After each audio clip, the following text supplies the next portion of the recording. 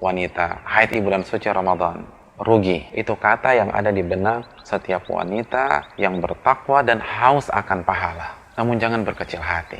Apa yang harus kita lakukan? Yang pertama, sedih.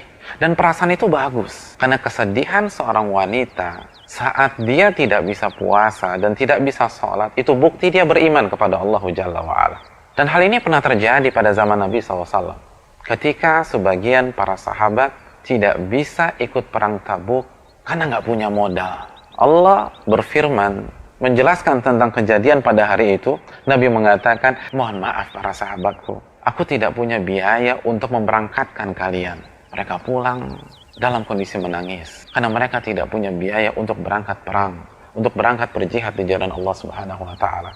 Itulah perasaan yang lahir secara spontanitas ketika seorang muslim atau muslimah tidak bisa beribadah kepada Allah Subhanahu wa taala. Maka bersyukurlah, itu tanda iman kepada Allah Subhanahu wa taala. Yang kedua, tanamkan niat. Karena niat itu seringkali lebih besar dampaknya daripada amal itu sendiri. Barang siapa dari wanita yang bertekad, berniat untuk berpuasa sebulan penuh di Ramadan, untuk taraweh 30 hari atau 29 hari di Ramadan, untuk selalu mengerjakan sholat wajib, maka ketika dia kedatangan menstruasinya atau haidnya, dia tetap mendapatkan pahala ibadah-ibadah tersebut.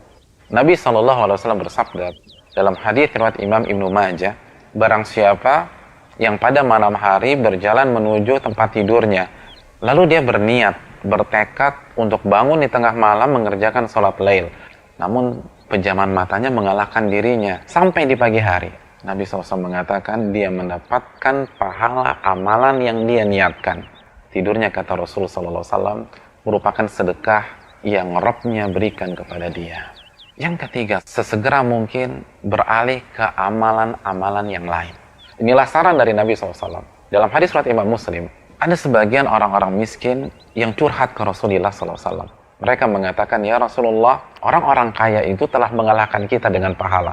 Mereka sholat sebagaimana kami sholat. Mereka berpuasa sebagaimana kami orang miskin berpuasa. Namun mereka bisa bersedekah dengan kelebihan harta mereka. Sedangkan kita nggak bisa bersedekah karena kita orang miskin. Nabi mengatakan, bukankah Allah sudah membuka kesempatan-kesempatan lain agar kalian juga bisa bersedekah? Sesungguhnya setiap tasbih itu sedekah. Dan setiap takbir itu sedekah. Dan setiap tahmid adalah sedekah. Dan melakukan amar ma'ruf itu sedekah. Dan mencegah kemungkaran itu sedekah. Dan ketika Anda berhubungan dengan istri Anda dengan niat melampiaskan syahwat di jalan yang halal, itu pun juga sedekah. Yang terakhir, ketika wanita menjalani hari-hari haidnya, Anda tidak puasa, maka Anda sedang menjauhi larangan Allah Subhanahu wa taala. Karena Allah yang melarang Anda puasa. Allah Subhanahu wa taala berfirman, tidaklah aku ciptakan jin dan manusia kecuali untuk beribadah kepada diriku. Apa tafsir ibadah dalam ayat ini? Al-Imam Mujahid menjelaskan, jadi ibadah itu mengerjakan perintah dan menjauhi larangan. Oleh karena itu, wanita yang haid pada saat dia tidak berpuasa, dia tidak sholat, dia sedang beribadah kepada Allah. Maka isi hari-hari tersebut adalah pahala, pahala, pahala.